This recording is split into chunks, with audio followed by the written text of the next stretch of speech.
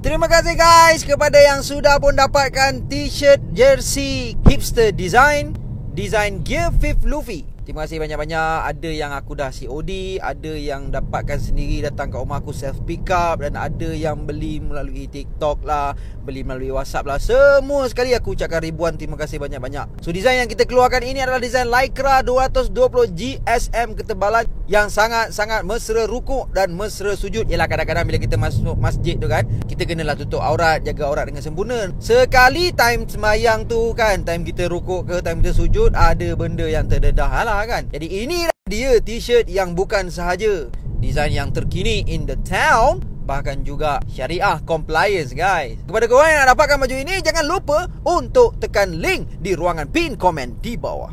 Dalam chapter 1098 yang lepas, kita telah mengetahui satu kisah yang cukup tragik untuk Kuma, di mana pada akhirnya Jinny telah pun mati disebabkan setelah mempunyai satu penyakit yang sangat jarang ditemui. Namun sebelum Jinny mati, dia sempat memberi pesanan dan kata-kata terakhir kepada Kuma, Ivankov dan Dragon. Tapi Kuma yang tahu akan keadaan Jinny, dia cuba segera untuk bertemu Jinny.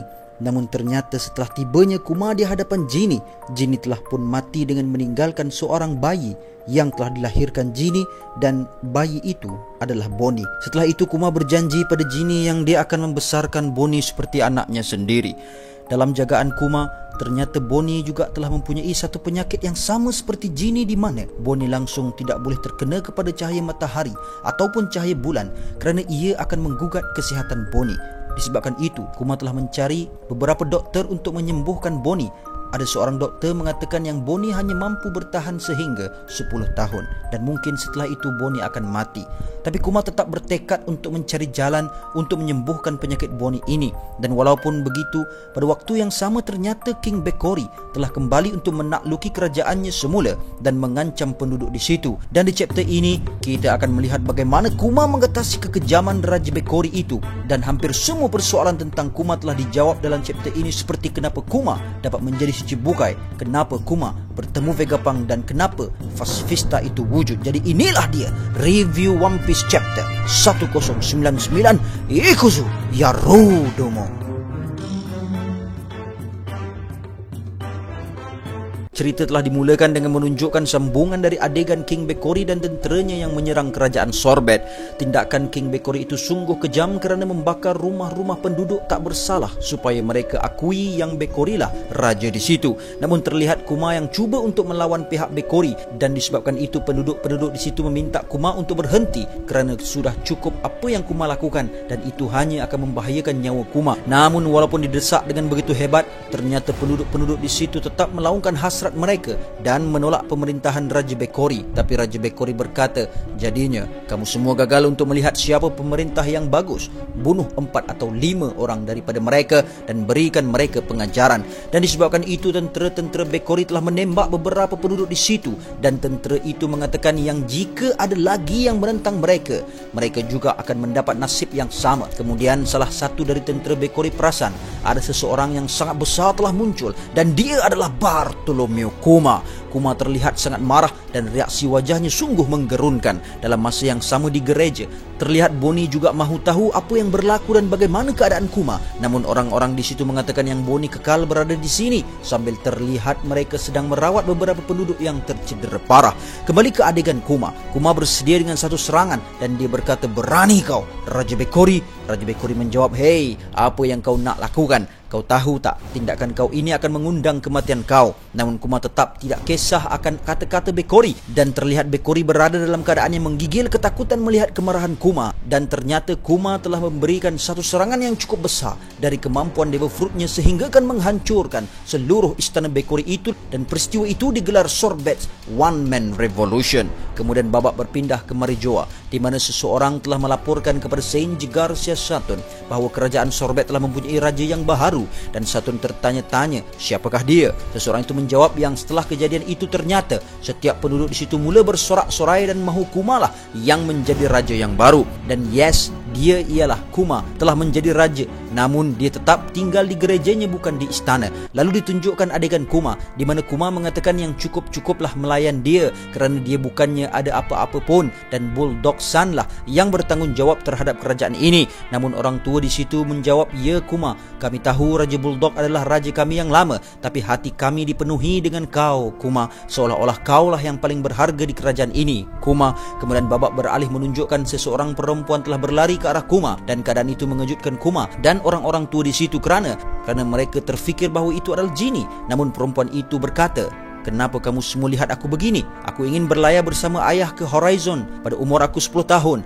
Kuma menjawab, "Ayah? Hei, adakah kau ini Bonnie?" Dan apabila Bonnie melihat dirinya ke cermin, ternyata dia juga terkejut dengan keadaan dirinya. Dan disebabkan itu terlihat Bonnie dan Kuma sama-sama terkejut dan hampir pengsan dengan keadaan yang berlaku. Dan seseorang di situ mengatakan, "Adakah kau sudah memakan devil fruit, Bonnie?" Tetapi bila? Setelah itu satu orang tua di situ membaca satu buku dan mengatakan yang Bonnie mungkin telah memakan H fruit, tapi bagaimana dia menjumpainya. Dan terlihat juga Bonnie yang agak excited tentang kemampuan dia dan cuba untuk menukarkan dirinya menjadi orang tua. Dan Kuma berkata, "Hei, jangan melebih-lebih Bonnie, takut ia akan memudaratkan kamu." Kemudian King Bulldog telah datang ke gereja untuk bertemu Kuma dan ternyata pada ketika itu juga seseorang di situ melihat seorang yang tua dan menyangkakan yang orang tua itu adalah Bonnie disebabkan kemampuan devil fruitnya. Tapi yang sebenarnya Bonnie hanyalah berada di belakang orang tua itu sambil Bonnie berkata, "Aku masih tak boleh ubah diri aku menjadi tua." Lalu tiba-tiba Bonnie telah pergi ke pintu utama dan berjumpa seseorang dan berkata, "Hei, siapakah kau orang tua?" Ternyata orang tua itu adalah Raja Bulldog dan mengatakan yang dia adalah penasihat bapaknya Kuma dan dia datang dengan satu berita yang baru. Dan dia berkata lagi, "Oh, jadinya kamu semua telah berkenalan dengan ibu aku, Queen Connie." Dan dia orang tua yang dianggap Kuma dan seseorang itu adalah Bonnie. Ternyata bukan Bonnie, tapi dia adalah Connie. Kemudian King Bulldog mengatakan yang Raja Bekori telah kembali semula. Dan King Bulldog juga menunjukkan satu artikel yang mengatakan Kuma lah yang telah membakar kampung-kampung di sini dan merampas pemerintahan secara paksa. Dan ini adalah propaganda yang dimainkan oleh King Bekori. Bulldog San mengatakan lagi yang ini sudah menunjukkan yang King Bekori sedang dibantu oleh world government. Dan aku dilaporkan yang kapal perangnya sudah standby ke sini. Namun terlihat orang-orang tua di situ berkata yang mereka sudah tidak mahu Raja Bekori kembali kerana raja kejam itu tentunya akan membunuh mereka. Kuma juga merasakan perkara yang sama dan dia tidak akan membiarkan perkara itu berlaku lagi. Kuma mengatakan yang jika King Bekori datang menyerang, dia akan cuba sebaik mungkin untuk menghalang serangan tersebut. Dan Kuma tahu yang dia akan diburu sebagai penjenayah sekarang ini. Jadi Kuma mengatakan yang dia tidak akan tinggal lagi di negara ini dan meminta Bulldog memegang jawatan raja buat sementara. Kuma berkata lagi, satu lagi dia meminta untuk menjaga Bonnie kerana gereja ini bukanlah tempat yang selamat lagi. Dan Bulldog San bersetuju dengan apa saja pemerintahan daripada Kuma tersebut. Dan ternyata pada ketika itu juga Bonnie berjaya menukar dirinya menjadi orang tua dan berada di sebelah Connie. Jadi disebabkan itu Kuma telah mengangkat Bonnie dan ternyata yang diangkatnya adalah Connie. Dan Kuma berkata, "Bonnie, ayah mungkin akan kembali tidak lama lagi. Jadilah budak perempuan yang baik." Bonnie berkata, "Jadi ayah nak pergi, tapi aku akan keseorangan." Kemudian ditunjukkan Kuma dengan kapal kecilnya telah berhadapan dengan beberapa kapal marine dan ada Raja Bekori di situ. Raja Bekori berkata, "Itulah dia. Jadilah marine yang sebenarnya dan serang dia. Dia adalah tyrant yang merampas pemerintahan aku dan dia adalah definisi sebenar pemerintahan yang dictator." Raja Bekori berkata lagi, "Bunuh dia sekarang. Akulah yang layak atas kerajaan Sorbet, bukannya dia." Kuma menjawab, "Kau tak malu? Berani kau munculkan diri kau lagi?" Dan ternyata Kuma tetap berjaya menenggelamkan kapal-kapal marine termasuk King Bekori. Setelah dari insiden tersebut, Kuma telah berlayar di lautan dan dicap sebagai lanun. Kekuatannya menyemarakkan kemasyurannya yang merebak seperti api sehingga Kuma akhirnya memperoleh bounty pertamanya.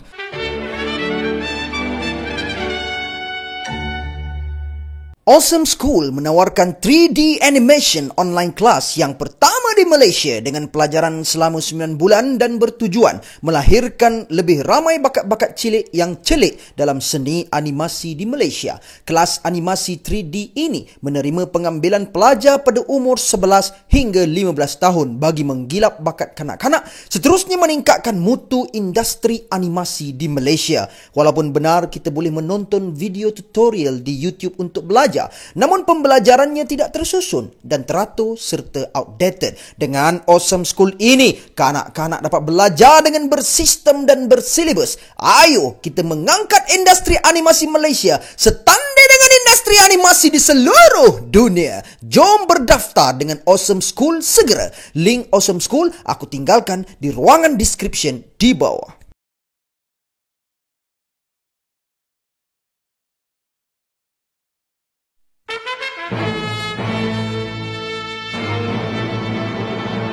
Di bawah jagaan Queen Dowager Connie dan King Bulldog, Bonnie sangat merindukan ayahnya. Connie cuba memujuk Bonnie dengan mengatakan bahawa ayahnya adalah seorang hero. Namun Bonnie bersikap selayaknya kanak-kanak yang mengatakan ayahnya hanya buat dirinya dan bukan untuk siapa-siapa. Kemudian Bonnie menjerit sambil panel zoom out dari luar istana sangkut milik King Bulldog, di mana Bonnie mengatakan bahawa dia akan sembuh pada umur 10 tahun dan dia juga akan turut menjadi lanun dan sekiranya diinginkan, dia boleh jadi dewasa sekarang juga. Kemudian panel beralih ke arah Kuma yang kini telah sampai di South Blue di Torino Kingdom. Kita dapat melihat Kuma telah berjumpa dengan Torino Tribe di sana berkenaan penyakit anaknya. Namun ternyata usahanya berakhir dengan kegagalan di sana dan Kuma menuju ke Grand Line dan dia tiba di sebuah pulau yang bernama Kuragaina Island namun tidak juga berhasil. Kemudian Kuma telah bertembung dengan sepasukan bounty hunter yang bernama Abdullah dan Jit yang cuba untuk memberkas Kuma demi bounty di kepalanya, namun Kuma dengan mudah mengalahkan mereka. Kemudian Kuma menuju ke arah Paradise, ke sebuah pulau yang bernama Karakuri. Kemudian Kuma menghala ke arah East Blue, ke sebuah tempat yang bernama Tequila Wolf. Kemudian ke sebuah artificial sky island yang bernama Weatheria. Kemudian Kuma kembali ke Paradise, ke sebuah tempat yang bernama Boyne Archipelago, di mana Kuma telah bertemu dengan Heracles dan akhirnya Kuma menemui jalan buntu. Sambil Kuma terimbau kata-kata doktor yang merawat Bonnie sebelum ini, Kuma mengalirkan air mata. Setelah segala usahanya menemui kegagalan, Kuma telah menuju ke kapal Wind Grandma, iaitu kapal rasmi milik Monkey D. Dragon. Di sana Kuma telah disapa Morley, Belo Betty dan Gambo. Kemudian Kuma duduk-duduk sambil yamseng-yamseng bersama-sama Dragon. Dragon dilihat bersahaja dalam menyampaikan berita tertangkapnya Inazuma dan Ivankov, dan Dragon sedikit menyelit humor kepada Kuma yang sebelum ini memiliki banyak gelaran, Raja, Tyrant, Pirate, dan Kuma hanya menjawab manusia berubah. Kemudian Belo Betty menjawab dengan nada mempercayai sepenuhnya Kuma, dan Betty bertanya kepada Kuma pendapatnya sekiranya dia menjadi komander di bahagian timur. Betty bertanya perkara tersebut kepada Kuma kerana Dragon mengharamkan jawatan yang sebelum ini disandang Genie untuk diambil alih sehingga mendapat restu daripada Kuma. Kemudian Kuma memberikan restunya sambil mengatakan yang dia tidak kisah sekiranya seseorang berlidah tajam seperti Betty mengambil alih tempat Genie. Dragon turut mendedahkan kepada Kuma berkenaan Sabo dan Koala yang turut ingin berjumpa dengan Kuma dan mengatakan pasukan cilik mereka semakin hari semakin bertambah kuat, dan Dragon sangat berbesar hati sekiranya Kuma ada bersamanya di sini untuk melihat sejauh mana kekuatan skuad cilik mereka. Kuma kemudiannya mengatakan yang dia selalu terfikir dalam pengembaraannya apabila tiba di satu-satu tempat, apakah yang bakal Dragon lakukan di sana. Dan sejujurnya Kuma sangat ingin untuk kembali ke pangkuan Revolutionary Army. Namun belum sempat Kuma menambah ayatnya, Dragon mencelah setelah dia teringatkan Bonnie, dan Dragon bertanyakan Kuma, pernah tak dia mendengar nama Dr. Vegapunk? Telah berlaku satu kemalangan beberapa hari lalu dan Vegapunk akan beralih ke makmal baru. Memandangkan untuk mengakses langsung kepada Vegapunk adalah sedikit sulit, namun Kuma boleh menggunakan kesempatan yang ada ini untuk bertemu Vegapunk. Memandangkan security di sekeliling Vegapunk pasti kurang untuk ketika ini. Mendengarkan hal tersebut, sinar harapan kembali dalam usaha Kuma. Setelah berterima kasih, Kuma berjanji untuk kembali ke pangkuan Revolutionary Army setelah berjaya merawat Bonnie. Sambil mengetuk dadanya, Dragon berkata kepada Kuma, "Go where the wind of fate take you, my friend." Kemudian Kuma telah kembali ke Sorbet Kingdom dan melihat anak dia telah berjaya mengalahkan sparring partnernya dan melihatkan ayahnya, Bonnie menjadi cukup gembira. Kemudian cerita dipendekkan dengan kita melihat Kuma dan Bonnie telah pun sampai di Egghead yang sebelum ini dikenali sebagai Navy Science Division Lab 8. Dr. Vegapunk yang melihat Kuma menjadi sangat-sangat terkejut dengan saiz badan Kuma dan tertarik untuk mempelajari otot-otot milik Kuma. Namun sebelum itu, Dr. Vegapunk telah menganalisa penyakit Bonnie dan immediately mengatakan bahawa dia mampu untuk merawat Kuma. Mendengarkan jawapan Vegapunk, Kuma sangat-sangat terkejut dan pastinya Kuma sangat gembira. Dan di panel ini, kita dapat melihat kelibat Sentomaru yang sedang melarang Bonnie dari bermain-main dengan kapak dua matanya yang disangka Bonnie permainan. Vegapunk kemudiannya menerangkan kepada Kuma apakah jenis operation yang dia ingin terapkan kepada Bonnie, iaitu dia akan membuat pemindahan stem cell dengan wang dan prosedur yang akan berlangsung. Operation tersebut seolah-olah menjadikan seseorang kepada cyborg. Mendengarkan perkara tersebut, Kuma menjadi begitu terkejut, namun Vegapunk segera membetulkan Kuma bahawa dia hanya membezakan kos yang bakal digunakan. Setelah selesai menganalisa tubuh Kuma, Vegapunk menjadi begitu terkejut setelah mendapati Kuma dari bangsa bukannya dan mengatakan bahawa dia tidak cukup sampel untuk menerangkan betapa istimewanya darah milik Kuma. Vegapunk kemudiannya menceritakan kepada Kuma bahawa dia akan klon tubuh Kuma dan selama ini mencari model yang layak untuk projek Asuka klonnya. Dengan peluang yang ada, Vegapunk akhirnya membuat tawaran kepada Kuma yang tidak mempunyai wang itu. Sekiranya Kuma menyumbangkan darahnya dan memberi kebenaran kepadanya untuk klon tubuh Kuma menjadi Asuka, kos rawatan Bonnie akan menjadi percuma. Walaupun Kuma tidak memiliki apa-apa lagi alternatif lain, namun Kuma tetap bertanya apakah yang akan dilakukan kepada klonnya tersebut.